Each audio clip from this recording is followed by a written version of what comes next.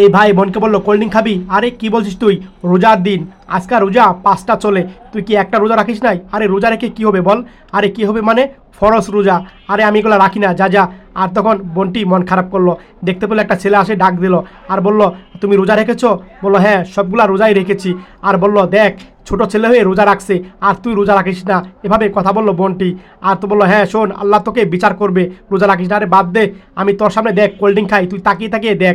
আর তার সামনে cold drink খেয়ে চলে গেল আর বললো আল্লাহ তুমি ওর বিচার করে দিও, এভাবে বোনটি বলল। আর ভাইটা বললো কিরে তৃষ্ণা লাগছে কেন, পিপাসা লাগছে বেশি, বাসায় যাই দৌড়ে। আর তখন পানি খেলো বাসায় যাই। আর বললো কিরে পানি খাচ্ছি, আমার পিপাসা কেন যাচ্ছে না? আবার পানি খাচ্ছে ভাইটা। আর তখন বলল আরে এ তো পানি খাওয়ার পরেও পিপাসা যাচ্ছে না, আমার জানি কি হয়েছে, চালু করে আমি ইমাম সাহেবের কাছে যাই, ইমাম সাহেবের কাছে বলি। এই ভাইটা এভাবে কথা বললো। আর তখন দৌড়ে বললো ইমাম সাহেব।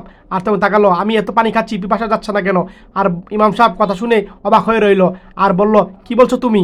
আর তখন বলল এই যে ইমাম সাহেব কল্পনা দেখালো, বোনকে বলেছিল আমি কোল্ড ড্রিঙ্ক খাই, তুই তাকিয়ে তাকিয়ে দেখ, এভাবে কথা বললো। আর তখন ইমাম সাহেব বললো কি, তুমি রোজাদারের সামনে তুমি কোল্ড ড্রিঙ্ক খেয়েছিলা, আল্লাহ তোমার এই জন্য গজব ফেলাবে, তুমি যাও ওর কাছে মাপ চাও, না হলে গজব পড়ে যাবে, এভাবে কথা বললো। আচ্ছা ইমাম সাহেব আমি যাচ্ছি দৌড়ে। আর তখন গেল, বললো আপু, আর তাকালো, আমাকে মাফ করে দেন, আপনার সামনে আমি কোল্ড ড্রিঙ্ক খেয়েছি, আমি কথা দিলাম আর কখনো করব না, আর আগামীকাল থেকে আমি রোজা রাখবো, নামাজ পড়বো, এভাবেই কথা বললো। আর তখন আল্লাহ তুমি আমাকে মাফ করে দাও। আচ্ছা ঠিক আছে, মাফ করে দিলাম, এই কথা বলে বোনটি চলে গেল।